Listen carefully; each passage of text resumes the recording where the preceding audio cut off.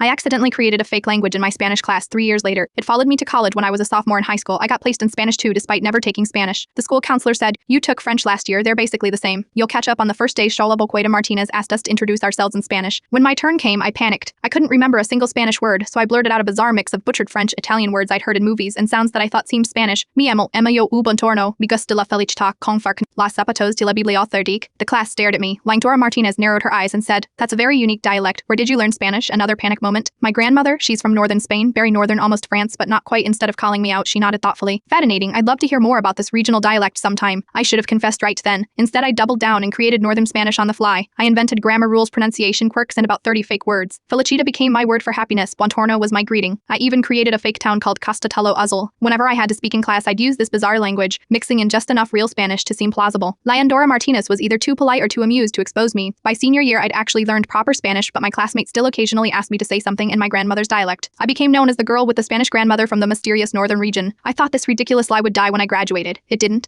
Last week during my college Spanish literature class, a girl gasped when she heard my name during roll call. "Are you the Emma from Westlake High, the one who speaks that rare northern Spanish dialect?" My blood ran cold. How did she know my cousin was in your Spanish class? She said you were practically a native speaker of some super rare dialect. Our professor is actually from northern Spain. You two should totally talk. The professor looked at me with interest. Patience, which region? 20 pairs of eyes turned to me. I considered running from the room. Instead, I took a deep breath. Actually, I have a confession. There is no dialect. I made it up sophomore year because I didn't know any Spanish and was too embarrassed to admit it. The silence was excruciating. Then the professor burst out laughing. "You created a consistent enough fake language to fool a Spanish teacher for 3 years? That's not embarrassing? Linguistically speaking, that requires remarkable pattern recognition." She asked me to write down some of my made-up words and grammar rules after class. Fired out, she's not just a Spanish professor, she specializes in language creation and evolution. Next semester, I am taking her linguistics course where my northern Spanish dialect will be a case study in spontaneous language invention. Sometimes your biggest embarrassment becomes your most interesting story, or as we say in northern Spanish, "La felicita es sobre el bontorno" becomes el graduato, which means absolutely nothing but sounds pretty convincing.